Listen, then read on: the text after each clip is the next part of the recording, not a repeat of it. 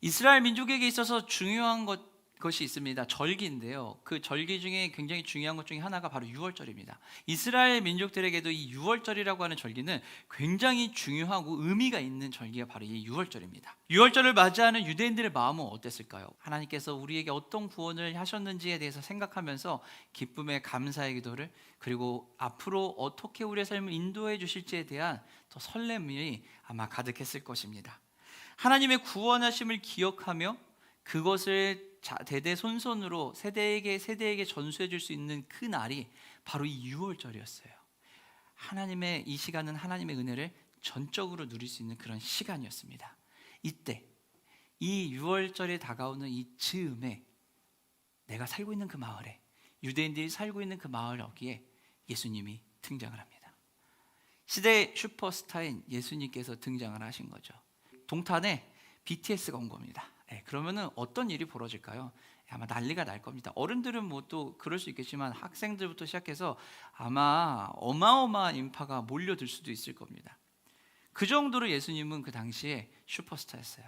인기가 절정에 이르고 있었고 예수님을 따르는 사람들이 어마어마하게 많던 시절입니다. 예수님이 어디 등장하셨다 그러면은 그 마을에 있는 주변 사람들이 우르르 다 몰려서 다가오고 무리들이 몰려오는 그 시점이었어요. 예수님의 인기는 점점 상승을 하고 있었고요. 어디를 가도 구름대와 같은 팬들을 끌고서는 쫙 다니고 있던 시절이었습니다. 이때 유월절을 기다리고 있는 이 시대에 그 예수님이 지금 오신 거예요. 그럼 무리들은 이 예수님을 바라보면서 유월절의 그 시기에, 유월절을 맞이하는 그 시기에 예수님을 바라보면서 어떤 기대를 했을까요?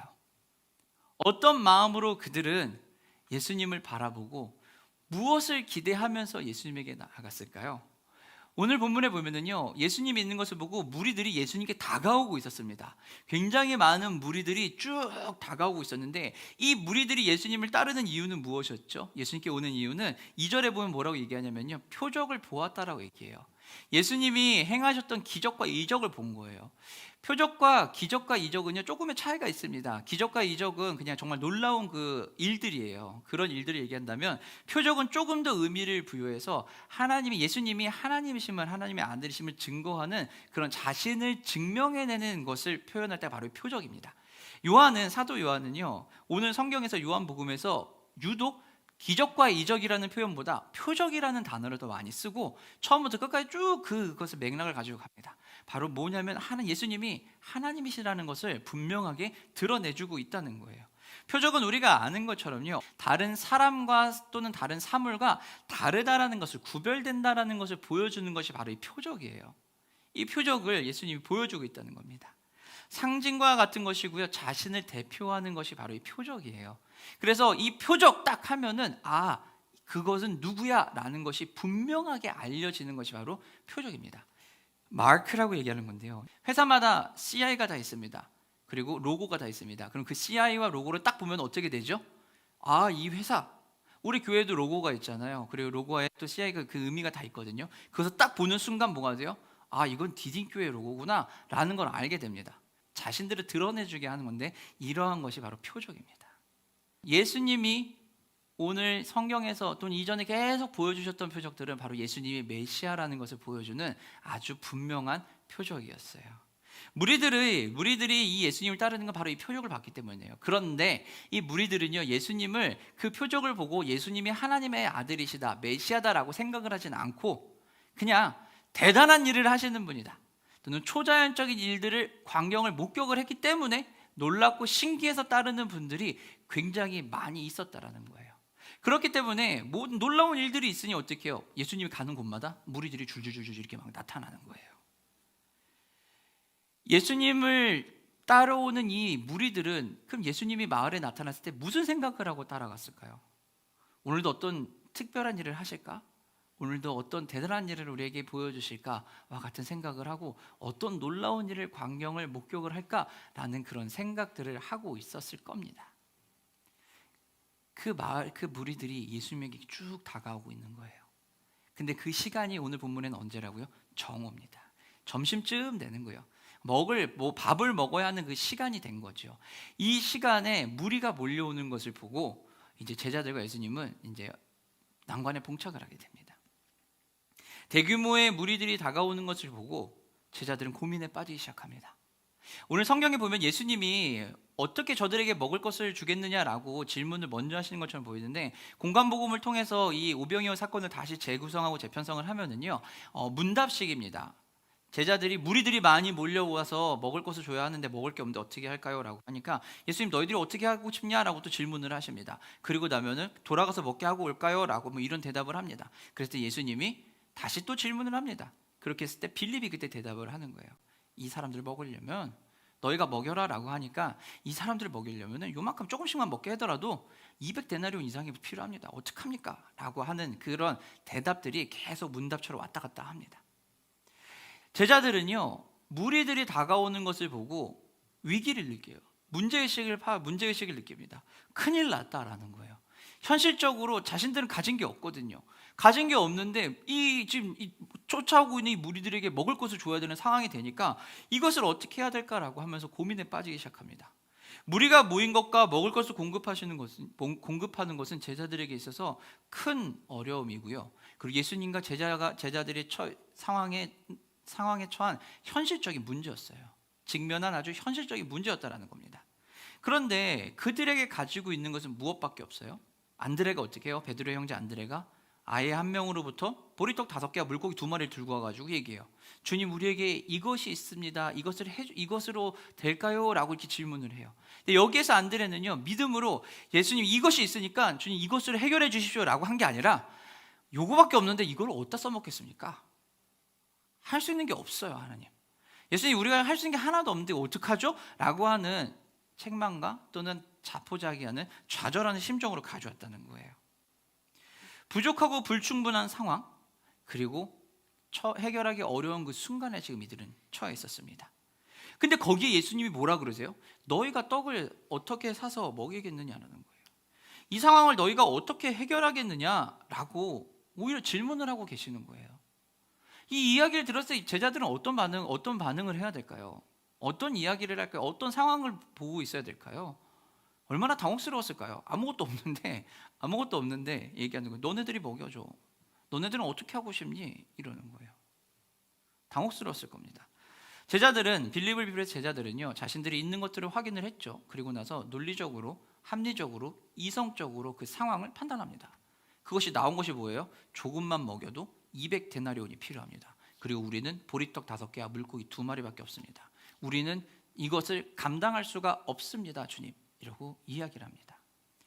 제자들은요, 문제가 봉착한 것을 알고 굉장히 현실적이고 굉장히 이성적이고 굉장히 논리적이고 합리적인 문제 해결에 접근을 했습니다. 그리고 지금 상황이 이러니 우리가 할 수 있는 것이 없습니다라고 아주 논리적인 답안을 내려놨습니다. 빌립과 안드레와 같은 제자들의 대답이요, 우리의 상식과 과학적인 그런 논리와 합리적인 성을 따진다면 절대 틀린 게 아닙니다. 절대 틀린 게 아니에요. 왜냐하면 가진 게 없으니까요. 그런데 이렇게 상황이 불가능한 상황이라고 얘기하는데, 이 상황에서 다른 반응을 한 사람이 한 명 있었다는 거예요. 우리 마가복음 5장에 있는 말씀 우리 한번 보도록 하겠습니다. 마가복음 5장 27절부터 말씀입니다. 예수의 소문을 듣고 무리 가운데 끼어 뒤로 와서 그의 옷에 손을 대니 이는 내가 그의 옷에만 손을 대어도 구원을 받으리라 생각하미로라. 이에 그의 혈류 근원이 곧 마름에 병이 나은 줄을 몸에 깨달으니라. 혈류병 여인에 대한 이야기예요. 혈류병 여인은 어땠습니까? 혈류병은 병이 몸에 이제 피가 계속 유출이 되고 있는 그 병이잖아요. 근데 이 여인이 이게 하루 이틀이 된 게 아니라 굉장히 긴 시간 동안 이 병을 가지고 있었던 거예요. 고치지 못하고 있었던 거죠. 그래서 이 여인에게는 어떤 마음이 있어요? 이것만 고칠 수 있으면 좋겠다라는 마음이 있었을 거예요. 근데 그때 누가 나타나요? 슈퍼스타 예수님이 나타나신 거예요. 기적과 이적을 펼치면서 어떤 일을 하시는? 병자를 고치시는 그 예수님이 나타난 거예요. 38년 된 환자를 고쳐주시고 안진뱅이를 일으키시고 눈먼 자를 눈뜨게 하시는 그 기적과 이적을 펼치신 그 예수님이 혈류병 여인이 살고 있던 그 근처에 나타나신 거예요. 그랬더니 이 여인이 어떻게 해요? 내가 저분의 옷자락에 손만 대면, 그분이 나에게 와서 안수하시는 것도 아니에요. 내가 그 옷에 손만 대면 내가 나을 텐데, 이 마음을 가지고, 이 믿음을 가지고 여인이 어떻게 해요? 예수님에게 다가가서 무리를 해치고 들어가서 어떻게 해요? 옷에 손을 살포시 대고 나옵니다. 30절부터는 다시 예수님이 그 이야기합니다. 뭐라고 하죠? 멈춰 서시더니 주변을 둘러보시고 이야기를 하시죠. 누가 내 옷에 손을 대었느냐? 나에게서부터 능력이 나갔다 라고 이야기하시면서 예수님은 그 여인을 찾습니다. 그리고 이 혈류병 여인의 상황에서 예수님 뭐라고 얘기하시죠? 따라 내 믿음이 너를 구원하였느니라 라고 얘기하면서 보내줍니다. 오늘 오병이어 사건에 있는 환경은요, 분명히 불가능한 상황입니다. 현실적으로 어렵고 해결이 굉장히 힘든 상황이에요. 부인할 수 없는 상황입니다. 마찬가지로 혈류병 여인에게 있어서도요, 혈류병이 낫는 것은요, 그 여인에게 있어서 불가능한 상황이었습니다. 똑같이 불가능한 한 가지 대단한 상황에 직면을 했을 때 한 여인은 믿음으로 주님 앞에 나아갔고, 한 무리는 예수님과 동행했음에도 불구하고 현실적으로, 논리적으로, 이성적으로, 합리적으로 아주 타당하게 분석을 하지만 예수님에게 가지 않았다는 겁니다. 주님의 능력에 대한 신뢰가 있었다면 제자들은 예수님 앞에 이렇게 안 나갈 수 있었을까요? 주님에 대한 능력의 신뢰가 부족했던 거예요. 예수님의 질문에 대해서 제자들의 반응은요, 예수님에 대한 신뢰와 확신이 부족하다는 것을 드러내는 거예요. 200데나리온 이상이 필요합니다. 그리고 물고기 2마리와 보리떡 5개가 있습니다. 에서 끝나는 것이 아니라, 그래서 불가능합니다가 아니라 이런 상황이지만 어떻게 해요? 주님이 해결하실 수 있습니다라는 믿음의 반응을 어쩌면 예수님은 기대하셨을지도 모릅니다. 아니, 어쩌면 예수님은 그 반응이 안 나올 것을 알고 계셨기 때문에 또 그 질문을 하셨을 수도 있는 거예요. 예수님에게 있어서 기적을 베푸는 이 먹을 것을 공급해 주는 것은요, 문제될 게 하나도 없는 상황입니다. 아무런 문제될 게 없는 거예요. 먹이는 것이 기적의 중요한 포인트가 아니에요. 먹이는 것은 문제될 게 없는 거예요. 제자들은 보리떡 5개와 물고기 2마리로 이 문제를 해결할 수 없다고 얘기하지만, 그래서 먹을 것을 해결하는 것이 그들에겐 가장 큰 문제였지만 예수님에게는 먹을 것을 주는 것이 제일 중요한 문제가 아니었다라는 거예요. 예수님과 함께 있지만 제자들은요, 예수님이 무엇을 물어보시는지도 모르고 예수님이 어떤 일을 하시는지도 모르고 있는 거예요. 하나님의 아들이고 하나님이심을 증명하는 표적을 그렇게 많이 보였는데도 불구하고 여전히 무리들과 똑같게 제자들은 예수님이 하신 기적과 이적, 놀라운 사건에만 보고 있었다라는 겁니다. 우리가 살아가는 삶의 자리에서도 보면은요, 아주 크고 작은 일들이 벌어집니다. 요 코로나 시기 이후에 굉장히 많은 세대들이, 그러니까 웬만한 세대들이 전부 다 이제 투자의 세계에 이제 발을 들였습니다. 뭐 웬만한 사람 다 아는 것 같더라고요. 그러면은 투자하는 데 있어서, 뭐 주식이나 투자를 하는 데 있어서 가장 어려운 달이 언제일까요? 미국의 작가인 마크 트웨이는요, 이렇게 얘기했대요. 투자하는 데서 가장 위험한 달은 10월 달이라고 합니다. 그럼 다른 사람이 또 물어봤겠죠. 그러면은 10월 달 말고 또 언제가 위험합니까? 라고 얘기했더니 마크 트웨이는 이렇게 이야기합니다. 10월 달이 다른 달로부터 가장 위험하다. 그런데 또 다른 달들 위험한 달이 언제냐 물어보면 7월 달과 7월과 1월과 9월과 4월과 11월과 5월과 3월과 6월과 12월과 8월과 그리고 2월이다 라고 얘기합니다. 안 위험한 달이 있나요? 없어요. 투자는 항상 위험성을 따른다라는 겁니다. 마찬가지예요. 그러나 우리는 그것을 감당하는 것처럼요, 우리의 삶도 마찬가지예요. 우리가 살아가고 있는 하루하루의 삶은요, 모두 크고 작은 문제들이 있어요. 그게 위험하다, 덜 위험하다라고 느낄 수 있는 것은요, 내가 그 상황을 어떻게 보고 판단하냐에 따라 달라진다는 겁니다. 우리는 모두 크고 작은 문제들을 항상 직면하며 살아가고요, 하나의 문제가 해결이 되면 그 다음 문제가 바로 안 나타났으면 좋겠는데 잠깐의 여유가 지나고 나면 또 다른 문제들이 나타납니다. 심지어는 내가 이 A라고 하는 문제를 해결했는데 다음번에 그 A가 또 나타나요. A를 처음에 해결할 때는 여유롭게 그 문제를 해결했는데 다시 나타난 A를 바라보면 어떻게 돼요? 죽을 것처럼 힘들기도 하다는 겁니다. 똑같은 상황에 똑같은 문제가 벌어지더라도 우리는 그것에 대해서 대응하거나 또 우리가 하는 것이 달라진다는 거예요. 우리가 이러한 문제에 다가오게 되면요, 문제를 접근하게 되면 우리는 그 문제를 냉정하게 분석합니다. 그리고 문제를 해결하기에 다가가요. 심리학에서 말하는 문제 해결은요, 이거래요. 삶에서 맞닥뜨리는 문제들을 해결하는 방안을 찾아가는 과정을 의미하는 게 문제 해결이라고 합니다.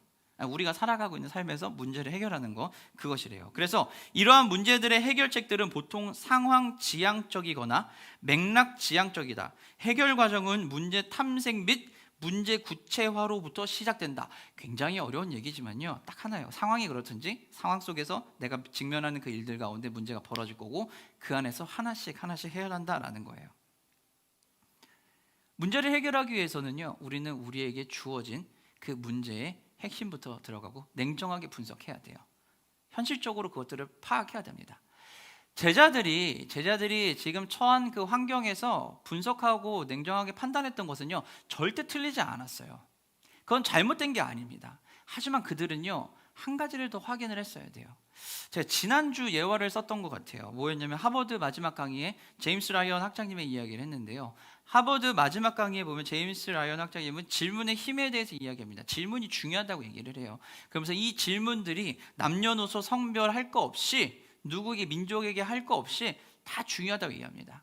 그리고 인생의 전환점이거나 어려운 가운데서 해결하기 위해서는 5가지 질문을 해야 되는데, 그중에 첫 번째 질문이 뭐였냐면, 혹시 여러분 기억하십니까? 첫 번째 질문이요, 뭐라고요? 잠깐만요, 뭐라고요? 라는 이 질문이었어요. 잠깐만요, 뭐라고요? 라고 하는 질문은요, 내가 이 상황을 완벽하게 이해하지 못했으니 한 번 더 설명해 주십시오 라는 거예요. 다시 말해서 내가 처한 상황과 문제를 내가 분명하게 이해를 아직 못했습니다. 내가 아직 다 이것을 해결할 만한 그것을 파악하는데 조금 부족합니다. 그러니 다시 한번 이야기해 주십시오라는 거예요. 제자들은요, 지금 그 질문을 했어야 돼요. 예수님이 질문을 하셨어요. 뭐라고 질문을 하셨죠? 너희가 먹여라. 어떡하겠니라고 하니까 빌립은 얘기해요. 200데나리온만큼이 필요합니다 라고 얘기합니다. 그리고 우리에게는 안드레는 다과서 얘기죠. 보리떡 5개와 물고기 2마리밖에 없습니다. 자, 그럼 여기에서 분석을 끝내는 게 아니라 다시 질문을 해야 돼요. 잠깐만, 뭐라고? 라고 하면서 스스로 물어봐야 돼요. 그런데 그때는 무엇을 물어봐야 될까요? 이 문제, 이 상황의 본질적인 문제가 무엇인지 파악해야 된다는 겁니다. 그리고 본질적으로 이 문제를 해결하기 위해서는 어떠한 것이 필요한지, 어떻게 해결해야 되는지에 대해서 다시 본질적으로 우리는 질문을 했어야 돼요. 처한 상황을 냉정하게 분석하고 현실적인 답을 찾는 거 합리적인 방법이에요. 꼭 해야 되는 작업입니다. 반드시 해야 됩니다. 그것을 안 하라는 게 아니에요. 그러나 거기에 멈추는 것이 아니라 그것을 해결하기 위한 본질적인 해결책이 무엇인지는 다시 우리가 질문을 해봐야 돼요. 문제를 분석했다면 그 문제의 본질적인 부분을 어떻게 해결할지 찾아야 된다는 거예요.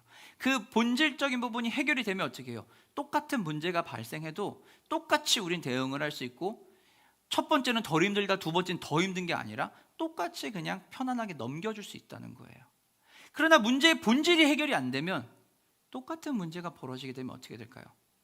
더 힘들어지게 된다는 거예요. 예수님은 이 제자들과 무리들에게 가지고 있던 이 본질의 문제, 이 어려움을 아시고, 그럼 예수님은 이 문제를 해결해 주시죠. 예수님은 제자들에게 뭐라고 얘기하죠? 사람들을 무리를 지어서 어떻게 해요? 이렇게 앉히라고 합니다. 그들이 있는 곳은 어디냐면요, 약간 들판이에요. 광야 같은 그런 들판입니다. 광야까지는 아니고 잔디밭이라고 보면 되겠죠. 넓은 그냥 공터 같은 잔디가 있는 그곳이에요. 거기에 무리를 지어가지고서는 이렇게 자리를 앉게 합니다. 앉게 하고 예수님이 축사하시고 어떻게 해요? 보리떡과 물고기를 나눠줍니다. 그리고 나서 그들이 어떻게 해요? 배부르게 먹습니다. 예수님은 그들에게 제자들에게 뭐라고 얘기하냐면은 그들이 원하는 대로 다 죽어라. 그리고 배불리 먹게 하라라는 거예요. 성경이 그래서 오늘 뭐라고 하냐면요, 그들이 원하는 대로 그들이 배가 부른 후에 어떻게 해요? 남은 것을 모았다라고 얘기해요. 분명히 빌립은 200데나리온 이상이 필요합니다라고 얘기했는데 예수님은 그보다 훨씬 더 많은 것을 공급해 주신 거죠. 그리고 12광주리가 남았다라는 거예요. 사람들이 이 일을 보고 어땠을까요? 아니, 적어도 무리들은 모를 수 있겠지만 제자들은 어떤 마음이었을까요? 불가능한 상황이었잖아요. 자신들은 해결할 수 없다고 그랬잖아요. 그런데 예수님이 그 일을 하신 거예요. 그리고 자기들은 요거밖에 없어서 이게 어디다 써먹겠습니까? 라고 얘기하면 보리떡 5개와 물고기 2마리를 가지고 5,000명이 넘는 인원이 먹고 12광주리가 남을 정도의 음식이 제공이 된 거예요. 그걸 눈앞에서 본 거죠. 제자들은. 그들은 어땠을까요? 이 수없이 많은 무리들은 또 어떤 마음이었을까요? 예수님과 제자들이 그 많은 것을 먹였다라고 하면은 음식을 바리바리 싸들고 다니지 않는 이상 줄 수가 없잖아요. 근데 무리들이 봤을 때 예수님과 제자들은 어때요? 음식이 없었을 거 아니에요. 이 보리떡 5개와 물고기 2마리도 누구한테 왔어요? 아이한테서부터 온 거잖아요. 예수님과 제자들이 먹을 게 한 개도 없었단 말이에요. 지금 무리들도 그걸 봤을 거란 말이에요. 근데 예수님이 어마어마하게 먹이신 거예요. 이 놀라운 일을 본 사람들의 마음은 어땠을까요? 이들이 지금 어느 시기에 있다고요? 언제쯤이라고요? 6월절이라고요. 6월절은 이스라엘 민족들에게 있어서 굉장히 중요한 명절이에요. 절기인데, 왜냐면은요, 이 기간은 이스라엘 민족들의 민족성을 고취시키고 민족의 독립과 정체성에 대한 하나님의 구원에 대한 열망과 갈망이 아주 극도로 고조되는 시점이 바로 이 6월절이에요. 왜냐하면 6월절에 애굽에서부터 구원을 받았으니까요. 이스라엘 민족들이 그래서 절기를 초막절을 지키면서 이 6월절을 지키는 것은 하나님의 그 구원하심, 그리고 민족을 살리실 것에 대한, 구원하실 것에 대한 그 놀라운 기대와 갈망이 가득 차 있던 시기였단 말이에요. 그 시기를 기억하는 그때 예수님이 그들을 어떻게 해요? 먹이신 거예요. 그리고 이 일이 어디에서 벌어졌다고요? 들판에서 이루어졌다는 거예요. 예수님이 출애굽한 이스라엘 백성들이 배고파 죽겠다라고 얘기하니까 출애굽께서 무슨 일이 벌어졌죠? 만나와 메추라기를 광야에서 던져주셨어요. 그러면서 어떻게 해요? 배부르게 먹게 하셨단 말이에요. 남지 않게 하시고 모자라지 않게 하시고 넉넉하게 먹게 하셨단 말이에요. 어디에서요? 광야에서요. 6월절의 구원의 역사를 알고 있는 이스라엘 백성들은 6월절 즈음 예수님이 하신 그 사건을 보시고 광야에서 있었던 그와 똑같은 장소인 들판에서 하나님이 이스라엘 백성들에게 만나와 메추라기를 먹이신 것처럼 자신들에게 보리떡과 물고기를 넉넉하게 먹게 하셨다는 거예요. 이것을 본 사람들, 무리들은 어떤 마음이었을까요? 놀라운 일이죠. 이러한 모든 상황들이 모세를 통해서 약속한 예수님을 모세를 통해서 약속한 선지자라고 인식할 수 있을 만큼 충분히 그 일들을 할 수 있다는 거예요. 이스라엘의 출애굽 사건을 통해서 하나님의 구원을 통해 민족적 정체성을 확립하는 사건을 기념하는 바로 이 6월절에 예수님이 그와 똑같은 일을 하셨다라는 겁니다. 사람들의 반응은요, 예수님의 기적을 정체성의 표적으로 인식을 합니다. 이 예수님이 우리와 함께 하시면 문제가 해결되겠다라는 마음을 갖습니다. 예수님은 기적적인 이 표적을 보여주세요. 오병이어 사건이라는 표적을 보여주십니다. 그러면 우리가 생각했을 때는 야, 이 놀라운 사건을 보면 바로 예수님을 메시아로 받아들이고 믿어야지, 왜 그럴까? 여전히 그들에게는 문제가 남아있다는 거예요. 예수님의 그 표적을 봤지만 무리들은 예수님을 어떻게 해요?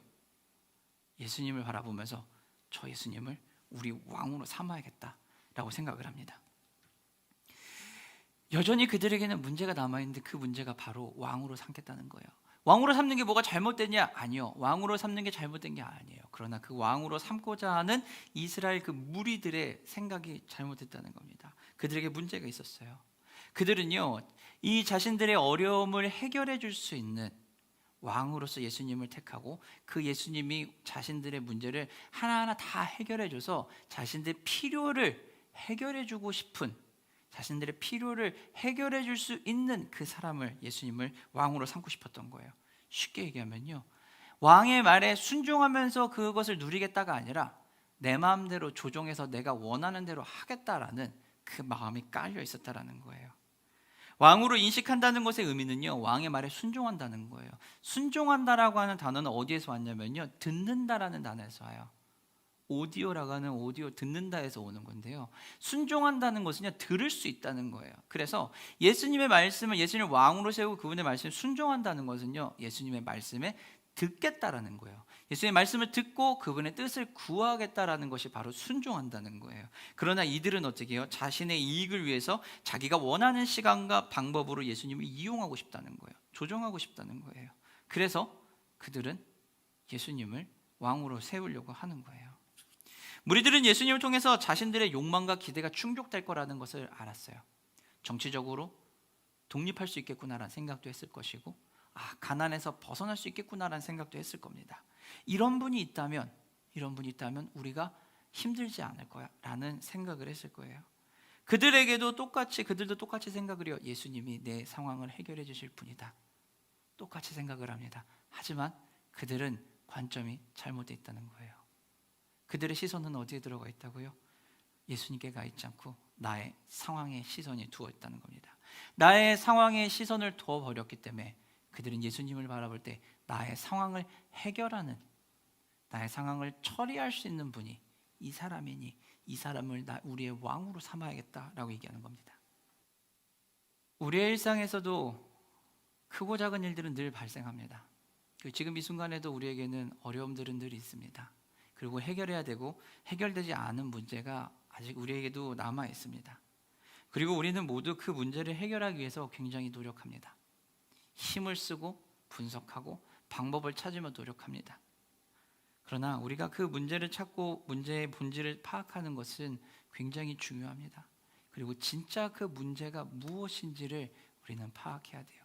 그리고 그 문제를 도와주시고 그 문제를 해결하실 수 있는 분이 누구인지도 우리는 알아야 됩니다.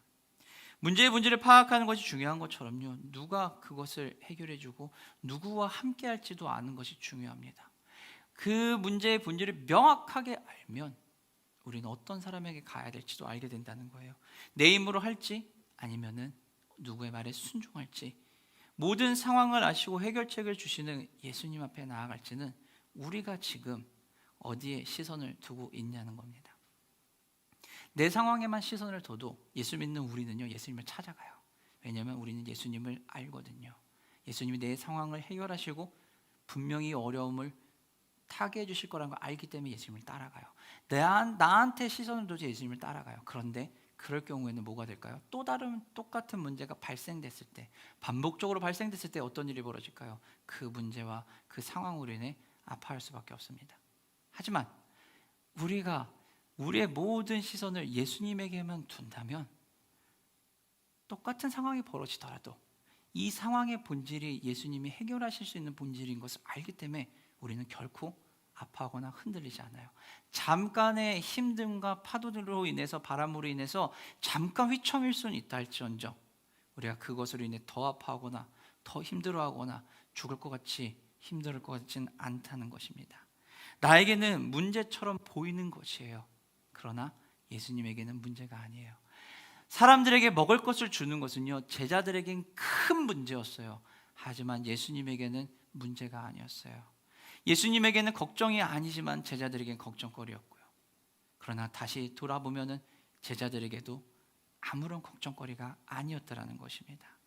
예수님이 지금 우리에게 그것에 대한 질문을 한번 똑같이 하십니다. 제자들에게 너희가 가서 먹여 주거라, 너희는 어떻게 먹이길 원하느냐라고 하는 질문을 지금 이 자리에서 우리에게 똑같이 이야기하십니다. 지금 너의 그 상황에 무엇을 하고 싶니? 어떻게 해결하고 싶니? 라고 우리 주님이 다시 우리에게 손을 내밉니다. 그리고 우리에게 이야기하십니다. 순종하며 주님의 뜻을 구할 것인지 아니면 조종하며 나아갈 것인지를 묻습니다. 사랑하는 성도 여러분, 말씀 마치도록 하겠습니다. 우리의 삶에서 크고 작게 벌어지는 그 모든 일들 가운데서 우리가 잘 이겨내고 극복하고 살아가기 위해서는요, 우리의 시선이 어디에 있는지 봐야 됩니다. 우리는 예수를 믿기 때문에 어디다 시선을 둬도 힘들고 어려우면요, 예수님 앞에 나아가요. 그리고 그것에 대해서 이야기합니다. 해결해 주십시오라고. 그런데 예수님은 우리에게 다시 이야기하세요. 그 시선을 다른 데 두지 말고 나한테만 온전히 둬라. 그 시선을 온전히 두면 문제의 본질이 해결될 것이다. 문제의 본질이 해결되면 네 안에 평안이 올 것이다. 문제의 본질을 거기에 시선을 두지 말고 예수님께만 두어라 라고 이야기합니다. 우리의 시선이 주님께 고정이 되면요, 우리는 주님의 말씀에 순종할 수 있어요. 그리고 주님 주시는 지혜로 일들을 해결하고 방법을 찾을 수 있습니다. 그러나 우리의 시선이 주님 앞에 가지 못하면 우리는 해결을 못합니다. 가만히 있을 수밖에 없어요. 그리고 우리는 우리의 방법대로 끝까지 밀고 나갈 겁니다. 하나님은 우리에게 분명하게 얘기하셨거든요. 예수님께 시선을 두고 예수님이 하시는 그 말씀에 귀를 기울이라고요. 그리고 귀 기울이면 그 음성에 반응하라고요. 그러면서 어떻게 해요? 믿음의 걸음을 한 발짝 뛰라고요. 우리 주님은 이렇게 얘기하시는 건데, 우리가 주님 앞에 구한다라고 하고 주님께 그것을 내어놨다라고 하지만 주님 하시는 그 음성에 귀 기울이지 않는다면, 주님의 뜻에 구하지 않는다면 우리는 움직일 수가 없습니다. 우리가 움직일 수 없다는 것은 결국 내 시선이, 내 생각이 나의 문제에 가 있다는 거예요. 왜냐하면 내가 원하는 정답이 있으니까요. 내가 원하는 정답대로 주님이 해결해 주셔야 되는 거니까요. 그러지 않으면 문제가 해결이 안 되는 거니까요. 사랑하는 성도 여러분, 여러분 지금 여러분의 시선은 어디에 두고 계십니까? 우리 교회는 어디에 지금 시선을 두고 갈까요? 내 시선이 있는 곳에 생각이 머무릅니다. 그리고 그 생각이 나의 판단을 결정하게 할 것입니다. 내가 무엇을 생각하는지, 지금 우리의 시선이 어디에 있는지, 그것을 우리는 생각해야 돼요. 내 생각이 잘못 가고 있다면, 내 판단이 다르게 가고 있다면 내가 지금 어디를 보고 있는지 봐야 됩니다. 그럼 사랑하는 성도 여러분, 믿음으로 문제를 판단하고 해결한다는 것은요, 우리가 예수님의 시선으로 세상을 보고 상황을 본다는 것입니다. 오늘도 내일도 우리의 일상 가운데 일평생의 삶 속에서 우리는 분명히 또 다른 크고 작은 문제들을 마주할 것입니다. 그럴 때마다 우리는 다시 질문하면 됩니다. 주님, 뭐라고요? 제가 무엇을 하면 될까요? 이 문제를 위해서 주님 앞에 어떻게 제가 내려놓고 나아가면 될까요? 내 시선이 주님 앞에 가 있습니까? 아니면 다른 곳에 가 있습니까? 주님 뜻을 구합니다. 주님 말씀에 순종하겠습니다 라고 고백하며 믿음으로 나아가는 것입니다.